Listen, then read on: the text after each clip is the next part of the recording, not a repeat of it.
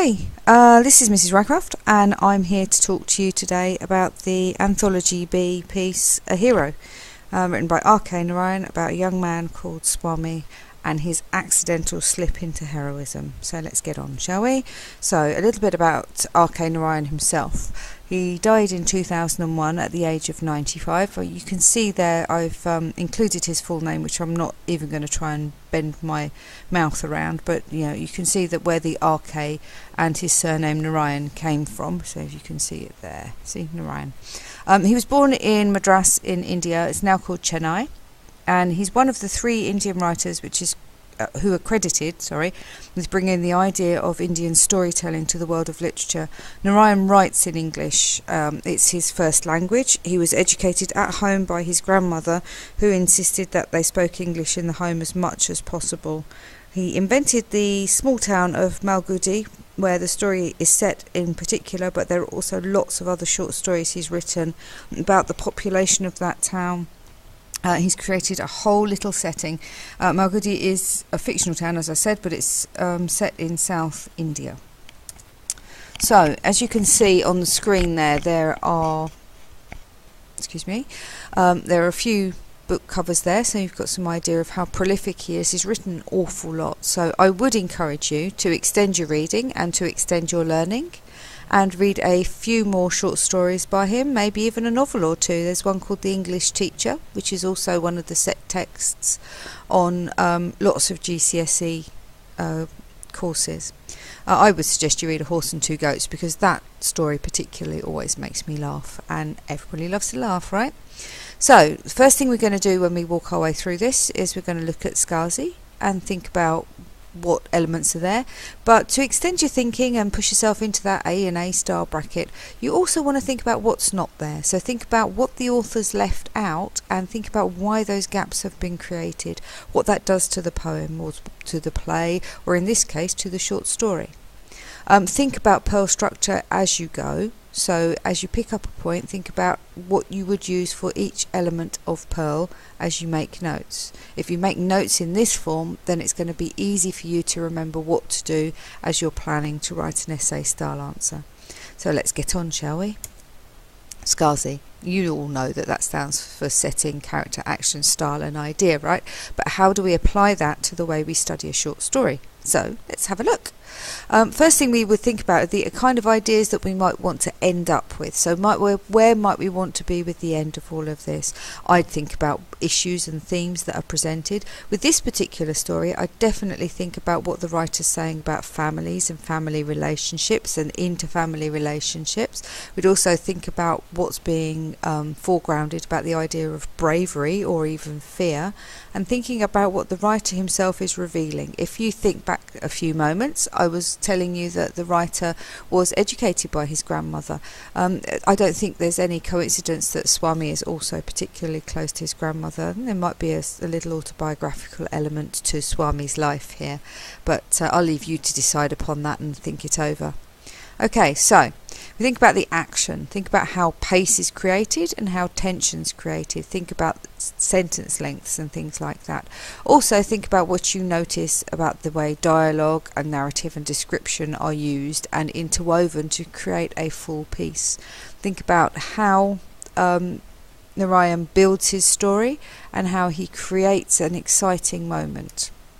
Think about the way that tone is used. Think about how it changes through the piece. All of these Anthology B pieces have a change of tone as you read through the short story, but think about why that happens, and think about what an author does to create that change. Okay, is it word choice? Is it sentence length? Is it the semantic field? There's a lot of different things you could look into. The next thing I want you to think about is how characters are presented. So think about what devices are used to make characterization work, and think about how those devices work on the reader. Is it humour? Is it morality? Is it ethics? Is it serious? Is it light-hearted? Think carefully about how each character responds to the situation they're presented with, and then consider why the author would choose to do that. Think about what the effect of all these choices are on the reader. Okay, so next I want to think about setting. Setting here is particularly specific. It's a South Indian fictional village. So think about how that affects the way we respond to the story and the themes that it presents and the characters that are created within it. For some of us, we might have a lot of knowledge of this cultural context, and for others, very little. So what you need to consider is how Narayan has conveyed that difference in setting and how he has conveyed the idea of culture and how he has conveyed the idea of society. Okay? With me so far? Pause and rewind if you need to, or pause and catch up with the notes. Okay, let's take a step on. Let's think a little bit more about style now. So if I was going to think about style, the first thing I would think about was actually this is quite a funny story. So I would look for the moments of comedy and humour in the text, and I would ask myself how they're created, why they're created, and what effect do they have on the reader. I'd look specifically for language devices that were used in comedy, and I would look for the way that, particularly with this piece, the direct speech and the description creates humour. The next thing I would think about was, why does the author do it? Why does Narayan want us to find it light-hearted and entertaining? Who are we supposed to be laughing at, and who are we supposed to be laughing with? And why do we think that's the case? Think about why the writer has created any tension, particularly in the section where Swami is in his father's office and the burglar is coming through the window. It's both funny and tense at the same time. And think about how structural or language shifts, semantic fields are changed to affect the way that tone and style is created. Altogether, when you put that back into one little package, you want to think about what the effect is on the reader. So all the way through, although you're looking at what happens in the piece, you're constantly thinking about what Narayan wants the reader to get out of reading his story. What is he trying to say? How do you know? And why is it there? Okay, so the next one to think about a little bit is character. So character is quite interesting because there are quite a lot of characters in this. For a short story, there's definitely a lot of characters, and they're all very well developed. You could probably almost see them in your mind's eye. I know I certainly can. So I want to think about how these characters are presented, and I know that Swami and his father are the main characters realistically, so I would want to think about how the father is presented. I think he's presented quite unsympathetic and quite harsh, and he's trying to force his son to grow up. And think about the way that Swami responds to that. I'd also think about whether Swami is actually a hero. He's an accidental hero, isn't he?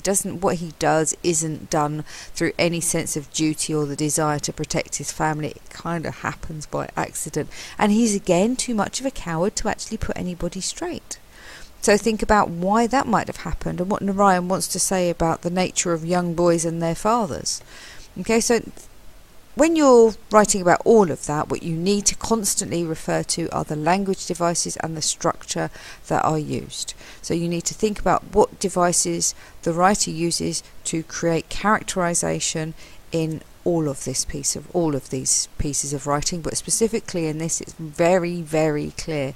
You want to think about the way they behave, the values that they demonstrate, and the relationships that are built. You could even think about events in terms of characterization. It's not impossible. You want to think about the main characters. So we have Swami's father and Swami himself, and then Swami's grandmother, Swami's mother, who makes a very small entrance, and the burglar himself. I think about how sorry you might possibly feel for the father, who is caught. In fact, both the father and Swami are caught between these two women, and at one stage the mother says that she's not going to get in the way, but then she gets in the way. So have a think about why that's all happening. Next thing I want you to think about is action. So think about how the action is created. Specifically, think about pace. How does Narayan create the pace in his piece of writing?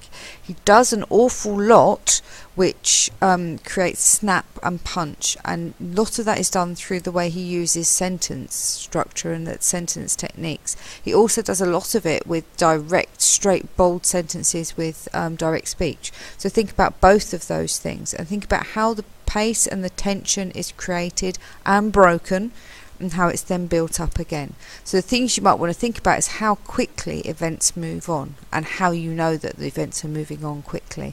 thinking about the specific writing choices, specific word choices and techniques that the author uses, and think about why the narrative structure comes to an ending the way that it does. Do you find it a particularly comedic ending? Does the whole piece leave you with a bit of a wry smile on your face? Have a little think about what's going on there. And then think about whether all of these language choices and the pace and the tone have an effect on the reader, have an effect on the narrative of the story, and have an effect on the creation of character. Last thing to think about now is setting. So I'd want to think about how the setting of a southern Indian village affects our response to the story specifically, the themes that it shows, and the characters within it. I think about what you might learn about the region and its people from the way this short story is written, and then I would ask myself, how and why is it done? So think about the imagery and the description that are used, how it conveys a sense of time and place, and how the cultural and specific language happen. I want you to think about contractions and think about how many shortenings, informal shortenings, happen in the direct speech. I'm not going to say any more, but I want you to consider what's going on, and as you're revising, definitely think about it. Now we're on to the last bit, the ideas. So again, as I said in the beginning, what we need to think about is the issues that Narayan wants us to consider. He's talking to us an awful lot about the way the family and their relationships function. Think about how that might relate to his early life. Again, the assessment objective doesn't ask you specifically to write that, but it contextualizes and informs your response. Think about the notion of bravery, and think about the other things that Narayan is foregrounding for us to consider. Then think about how and why it's used, and how and why we know what culture is being used. Think about how it's represented and why he has chosen to use that particular setting. Okay.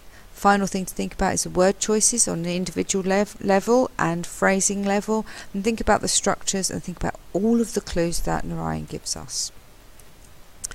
Right. So, if we want to sum up to revise this, the thing you have to remember is that this tests AO2, and it's printed there as a second bullet point on the screen, and that this is an English language paper. So we're not looking at the literary merit of this. What we're looking at is word choice and sentence structure and language devices that are used, and how Narayan puts that all together to convey a point. You will not get a very good mark if you just reiterate the story, so don't bother to do it. It's a waste of time and energy. Remember that the marking examiner has read this story lots of times, knows it really well. You don't need to retell them exactly what's happened. You really don't, so please don't. Okay, things that you could write about when you're writing about this text. You could consider what a question could ask you. You know how it's structured because it asks you to consider language, form and structure. So think about how the writer might convey a certain element, a theme or a motif in the story. If you think about this particular short story in terms of fear, consider what you might write about. Think about what you might use when you're planning. Think about how you would structure this with your Pearl planning. Think about what you would say to open it, and think about how you would sum your ideas up. To practice, there is no better strategy than doing your own practice questions and marking them, or swapping with a friend and having a friend mark it for you. Easy, straightforward, and practice genuinely does make perfect. So, things I chose. I thought about the first conversation, and I thought about how the relationship between Swami and his father is set up. Remember, we're talking about fear here. I thought about how Swami shows respect but doesn't believe that story that he's shown, and I wondered why Narayan wanted me to think about this, and I wondered how he made me think it. And of course I picked out word choice because, you know, it's one of the main things we need to write about after all. The next thing I thought about was how his father initially makes it look like a what would you do type of conversation, but ultimately he's using it to bully Swami about sleeping beside his grandmother in the hallway. I know it's bullying rather than just a father trying to say to his son, hey, you're getting a bit old for this, time to grow up, because there's word choice. If you look fixedly at someone, it's when someone stares at you and really won't let you off the hook. So, got the idea of that? Easy, right? So, All you have to do is go away and make up your own questions and have a go. If you want the mark scheme, you can find it on the VLE or Edmodo if your teacher has an Edmodo classroom. Good luck, and don't forget you can pop along and ask me anything you want to ask me about this short story anytime you like. I'm only an email away, guys. Good luck and happy revision.